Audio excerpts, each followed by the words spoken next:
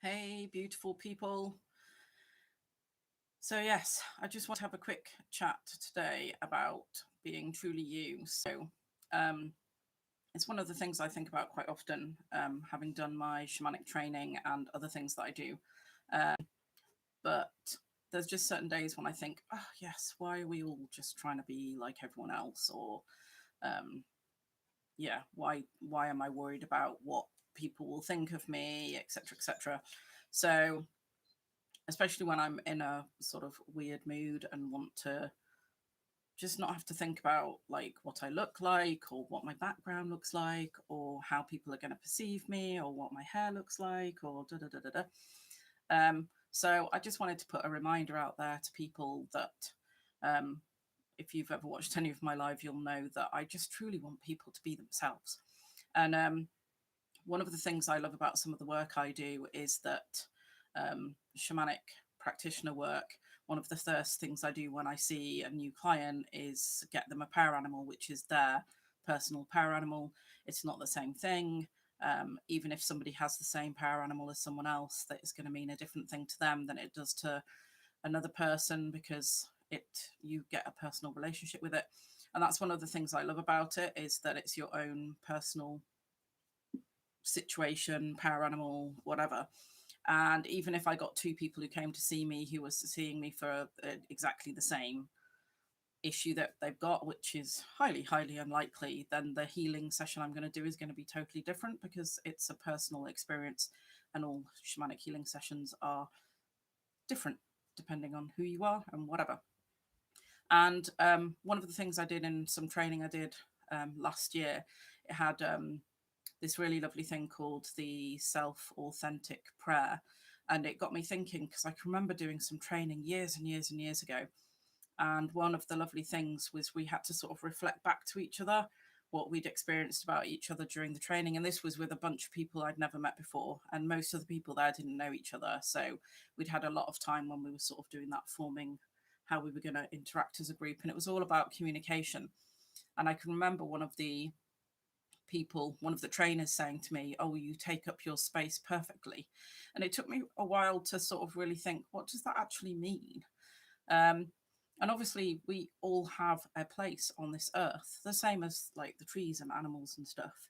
Um, but what does it mean to really take up your space? And it got me thinking because this self-authentic prayer thing that I do as part of some of the healing work I do has a phrase in it. I don't know if I can remember it off the top of my head. um, you're 100%, what is it? I have a right to be here and take up space. And it was like, yes, everybody does have a right to be here and take up space. If you're here, firstly, it's miraculous that you're here. The likelihood of you actually being born to the parents that you've got and the however many, your grandparents and their parents and their parents, when you go back enough, if you've seen any of the things I've posted recently, it's amazing. It's not that far back when it's actually a miracle that you've actually been born. Looking at what's come before, in a few generations back there was sort of world wars, etc., etc. So if you're here, you need to truly take up your space. And that means finding your passions, the things that bring you joy, the things that you want to share with the world, and really digging deep and finding what is your purpose for being here? What is your soul's mission on this planet? And then really owning it and going, I'm going to take my space. And I suppose it really got me thinking because I quite often think that I'm quite I don't really fit a mold. But then I think, well, maybe hardly any of us do. What does that even mean? And I know it was the thing that came from my childhood because as a child, I was permanently told I was the wrong gender. So I used to regularly come out of female toilets and be told I'd been in the wrong loo. I even played the role of shepherd boy in the school play because they gave out all the pretty girly parts and then got to me and went, oh no, we don't know what to do. So I suppose when you've been brought up like that, and you've had that experience and you think, really, am I taking up my space? Because I don't seem to be taking up my space because my space is what I think of myself as a person, and people keep telling me that I'm wrong in some of those ways. So this is just a reminder to everybody that you are amazing. It doesn't matter what gender, class, religion, beliefs, whatever. you have a right to be here and take up space, and you have a right to be here and take up space in a way that's powerful for you, and to share that passion and power with the world in whatever way it is, as long as you're doing that from a place of love. Obviously, if you're here to just be mean and whatever, then that's slightly different. But if you're doing it from the point of view of being your authentic, loving self, and if you are being your authentic self, that has to come from a place of love and power and peace and soul filled meaning, then you have a right to be here and do those things.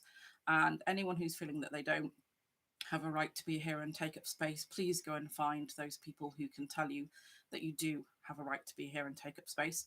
And if you're feeling that you don't, then yes, find those people. And if you can't find those people, then send, watch this video and remember that you're amazing. There's only one of you. You have the power to be who you want to be.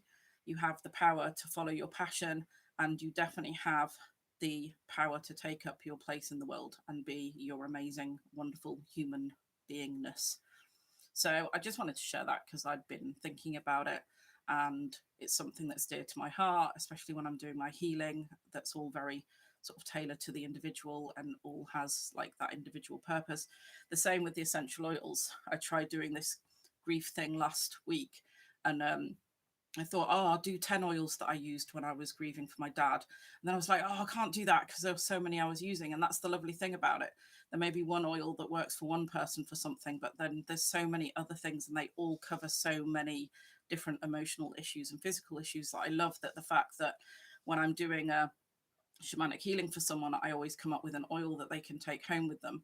And it's always different, but it could be covering the same thing for that person, but it will be a very personal, like specific oil for them. But then I look up what the oils cover, and it's like they cover so many things that if you don't like peppermint for digestion issues, there'll be something else you can use, like ginger. And if you don't like ginger, there'll be fennel. And if you've got like other issues going on and you don't like an oil, like if you've ever heard me talk about it, I don't like the smell of lavender. So I can use spikenard, and I don't particularly like the smell of frankincense. So myrrh has similar things. So I just love all that, finding personal things for people, because everybody needs to be in their own personal power, because you're all amazing and we're all totally different.